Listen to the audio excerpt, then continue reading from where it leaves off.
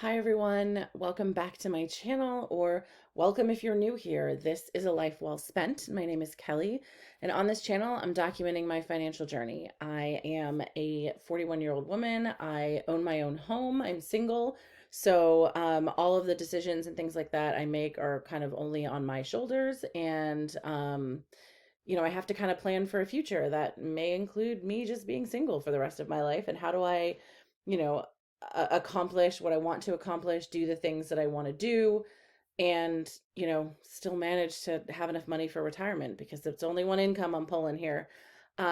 So I decided to start this channel to kind of get my own finances in order because I spent way too long of my life not doing such a thing. And so that's the kind of community I'm building. If that sounds great to you, I would love it if you subscribed. I'd love to have you on this journey with me. That would be great.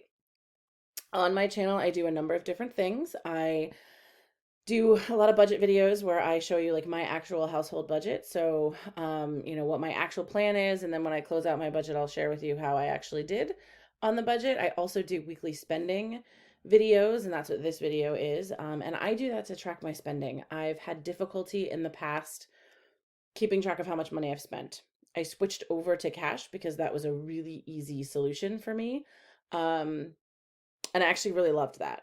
But when the pandemic hit, I was ordering a lot of things, online to get shipped to me. I wasn't walking into stores.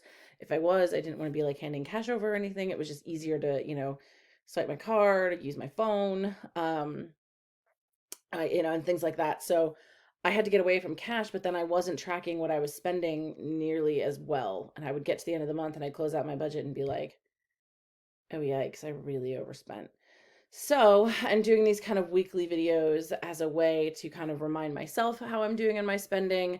I found that it helps me if I'm really going over in a category, like helps me pull back or at least think about any additional expenditures and whether I really need to purchase that right then and there or whether or not it can wait. And it's been really helpful for that.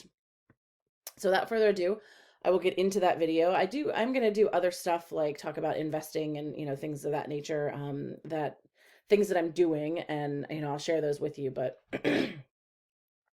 this video is that weekly spending video. So we'll get into it and show you how I did. Okay. It's going to make my guy smaller up there in the corner. So this is my budget spreadsheet that I use. I developed this myself. It's still kind of a work in progress. I'm figuring some things out. I do have over here on this side, I keep track of all of my expenditures here. And I chart them here, and it's designed so that like as I enter something in here, it will feed over to the other side. And I just prefer it that way because that it then calculates all of my category totals without me having to do it. So um, anyway, so this is from the 8th to the 14th, the second week of the month. So the first thing I have here is Apple. I bought a movie. I bought Ocean's 8, which is a fantastic movie. You should totally watch it if you have not. But I promised myself that when it dropped under $10, and it was like $9.99. And yes, I realize it's over $10 with tax, but that's what I do. Not too worried about paying a little bit over the tax, but once if I see a movie that I really, really, really want, um, if it's an older movie, it's got to drop under $5. If it's a newer movie, once it drops under $10, I'll get it. So I bought it because Ocean's 8 went on sale for $9.99. I also have a purchase here for Expedia of $502.48. Which is coming out of personal. And if you look at my personal budget, I'm now $607.35 over. This actually is technically, I wasn't really sure how to calculate this. Technically, I'm planning on taking a trip with some friends, and I just booked the room on my card. So technically, I they're going to be paying me back. Like it's technically not that amount. I did the full on mine and then they'll pay me. So once we have the trip, I will have a reimbursement in my like miscellaneous extra income area. So Oh, I left a speaker on. Okay. I also got paid on Friday. So in this time span, so $1,865.95. That's my take home after my HSA comes out. I contribute to my HSA. I put the max in every year, and I I was about to say have union dues. I no longer have union dues. So that's like taxes, my pension contributions, all that kind of stuff. So that is my take home pay after I contribute to everything I would normally have to contribute to. And then I made a purchase. I'm okay with it. I've made my peace with it. Two purchases actually, but really they're all for the same thing. So I made this gorgeous, gorgeous quilt. And I might put the picture of it if I can find where I took the picture. I think it's on my phone. In the video so you can see. But I made this absolutely gorgeous quilt. I do a lot of quilting and sewing. I'm not sure if anybody noticed that. In fact, that's my cutting mat hanging from the door. And I think in one of these videos, there were some table runners up on my, this is a design wall. There's that's a mug rug I'm working on. And I screwed up, so I had to go get more fabric. I mean, it's just scrap fabric, but it was my mother's scrap fabric and not mine. So I had to go back to her house and get some. But anyway, this is just like a flannel sheet that I hung from the wall, and fabric will stick to it. So anyway, I quilt, and one of the things I do for friends, like when they move into homes or have babies or whatever, I make them quilts. So my friend and his wife, hang on a second, that's one of my alarms. I'm doing this before work, and I have a series of alarms that let me know like what I need to be doing or have done by now to get ready, because I don't know about y'all, side note, I completely lose track of time when I do things, and I am a terrible judge of how long it will take me to do anything.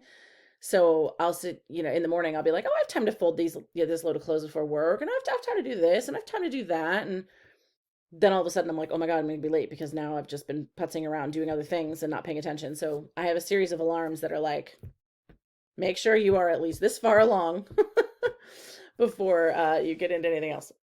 So it's going to go off again.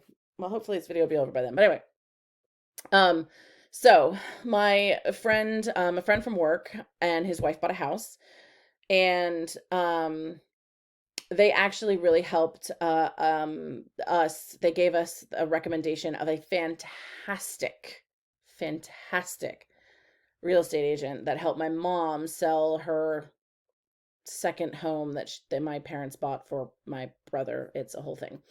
Anyway, they needed to sell it because my dad needed care and services from the county, and they can't get it because they couldn't get it because they had an income property. So as long as it was on the market, they could get the services. But it was on the market for almost a year in a market where houses were selling in like 2 days, right? So, and my mom, like, just dealing with everything she's dealing with my dad's care, like, I think just kind of didn't keep that close of an eye on it. And I get it, she's way too busy. But spent a lot of money just keeping this house like ready to sell. And so he recommended a real estate agent that they had used in the past that worked in that particular area. And oh my God, she sold the house in like 2 days. Sold the house in like 2 days. They closed, maybe like 2 months later because there were some things not at all anybody's fault, really. It was just the inspection came back and the buyers wanted some things fixed. And then it was, a matter of like lining up a person to fix them and, all that stuff. So but yeah, it got done. It went off with a hitch, and they actually got over their asking price, which is great. Because she had a couple people interested that wanted to buy it. And so anyway, in part from my mom as a thank you, and for me as a, like, you're my friend, I give gifts, I give quilts to people when they buy houses. We made them a quilt, and this quilt is freaking gorgeous. It's so gorgeous. Like, I loved the colors when I picked them out. And as I was putting it together, I was like, oh my God, this is so beautiful. Like this, oh my God. And once I put the whole thing together, I think at this point you will have seen it, so you can tell, but I'll put it up here again if I remember. It's so gorgeous. I couldn't part with it. I just couldn't. I kept looking at it and I was like, I don't want to give this to them. Isn't that terrible? It's like, I need this. I need to keep this quilt. Like, I can't, I can't. It's too beautiful. And I don't want to give it to anyone else. So I thought, wait a minute. I will. I mean, this is a quilt that if you've been watching some of my other videos, like I made a trip, a special trip. This is like 2 hours away to this quilt shop to find the fabric to make these people a quilt. And I had no intention of getting anything for myself that was like, I'm going to make something for myself or, whatever. It was just getting stuff that I needed. I needed a backing for a quilt for another friend who had bought a house. And then the stuff for theirs. And a quilt for another friend. It's really kind of a thank you quilt. She really did a lot for me when I was sick. And I had absolutely no intention of keeping this quilt even when I bought it, but I put it together and I just couldn't part with it. I just couldn't. So I thought, okay, either I need to go back down and find them something else, or I give them this quilt and I buy the exact same fabric and make myself a quilt later when I have time. Because that was the other part of it. I was like, but also I really want to get this done and get this to them. And it's technically, the top of it is done. My mother just has to quilt it and then we have to sew the binding on. But part of me doesn't want to make a new quilt because it's almost done and I want to kind of get it off my plate. Like if it's for me, I don't care. I'll do it later. That's fine. But part of me doesn't want to have to like now go make another quilt for somebody. So I did some research. I checked to see, if they still had the same fabrics. They had 4 of the 5 that I needed. And so I bought those from Burkholders. And then I went to Fat Quarter Shop and bought a yard of the other fabric. So, and that was my kind of fear that like they wouldn't have them. And if they didn't have them, I was probably just going to suck it up and make them another quilt and go back down to Burkholders and find something. But fortunately, they still had enough of the fabric that I could get and I could find them when they didn't have somewhere else. So, huzzah! It's fine. I'm okay with it, y'all. I mean, the picture doesn't even do it justice, to be honest. I mean, it is freaking gorgeous. So yeah, I spent it and I don't care. That's what it comes down to. I'm glad for it. I'm not complaining about it at all. But that was actually the last expenditure of the week for me. It was kind of a homebody week. I didn't really go anywhere, do much of anything. I made do without going to the grocery store this week with just kind of what was in my house. And I'm going tomorrow, but that's of course in week 3 of September anyway, so not a big deal. But no, today, I'm going today. Today is Friday. I have a fun get together tomorrow and I definitely need to buy things for it. So, yeah, so that's where I'm at. Not a ton of spending money not a ton of individual purchases. I guess it was technically quite a bit of money because that is, I don't know. There's at least one more person coming with me. There might be a third, so I'm not sure how many ways we're going to end up splitting that, but I was actually really okay with splitting it 2 ways. I'm pretty excited where we're going. So yeah, it's gonna be a good time. It's gonna be a good time when we get to go. Hopefully we get to go. I did it this way, so it was a way that I could have it refunded. I think I paid a little bit extra for like the trip insurance kind of thing because with COVID and everything, you just never know. So we're hoping to get to go, but we'll see. And I will tell you all about that once that happens. It's fun times. Anyway, thanks so much for watching. Thank you for hanging around for my long rant about my gorgeous quilt. I certainly appreciate it if you're still listening.